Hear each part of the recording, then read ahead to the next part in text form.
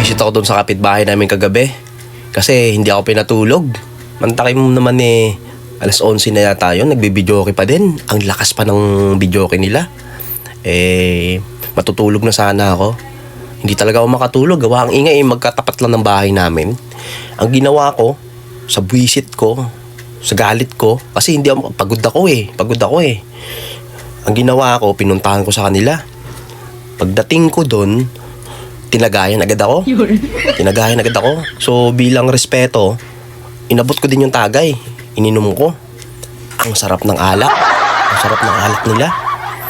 Yun pala, black label pala yun. Pang sosyalan pala na alak na yun. Kaya pala ang sarap. Tapos pinaupo pa ako. Sabi ng kapitbahay ko, umupo daw muna ako. So bilang pakikisama naman, umupo din naman ako. Ang sarap ng pulutan nila. Meron silang crispy pata, sisig, meron pa silang dynamite shrimp, at saka meron pa silang dinuguan. So bilang pakikisama, nakijam din ako sa kanila. Kumanta pa nga ako ng shackle. Favorite ko na kanta yung aanhin, yung shackle, yun kinanta ko pa yun.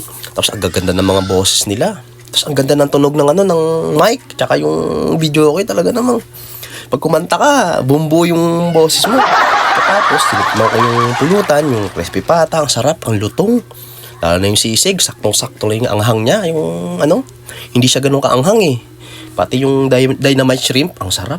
Pati yung dinuguan, masarap lahat. At ayun na nga, siguro natapos kami mga alas 2 ng madaling araw na yon. Tapos ang kagandahan pa dun guys, meron pa akong take out. Meron pa ako ng crispy pata kasi ang dami daw niluto, tsaka dinuguan. At ito na nga, kaninang umaga, yun ang kinain ko, almusal. Kaya naisip ko na bait pala ng mga kapitbahay ko na yun, Nabait pala. So guys, kaya kung kayo may mga kapitbahay na nagbibidyoke ng hating gabi na, magpasensyahan nyo na kasi minsan lang naman yan.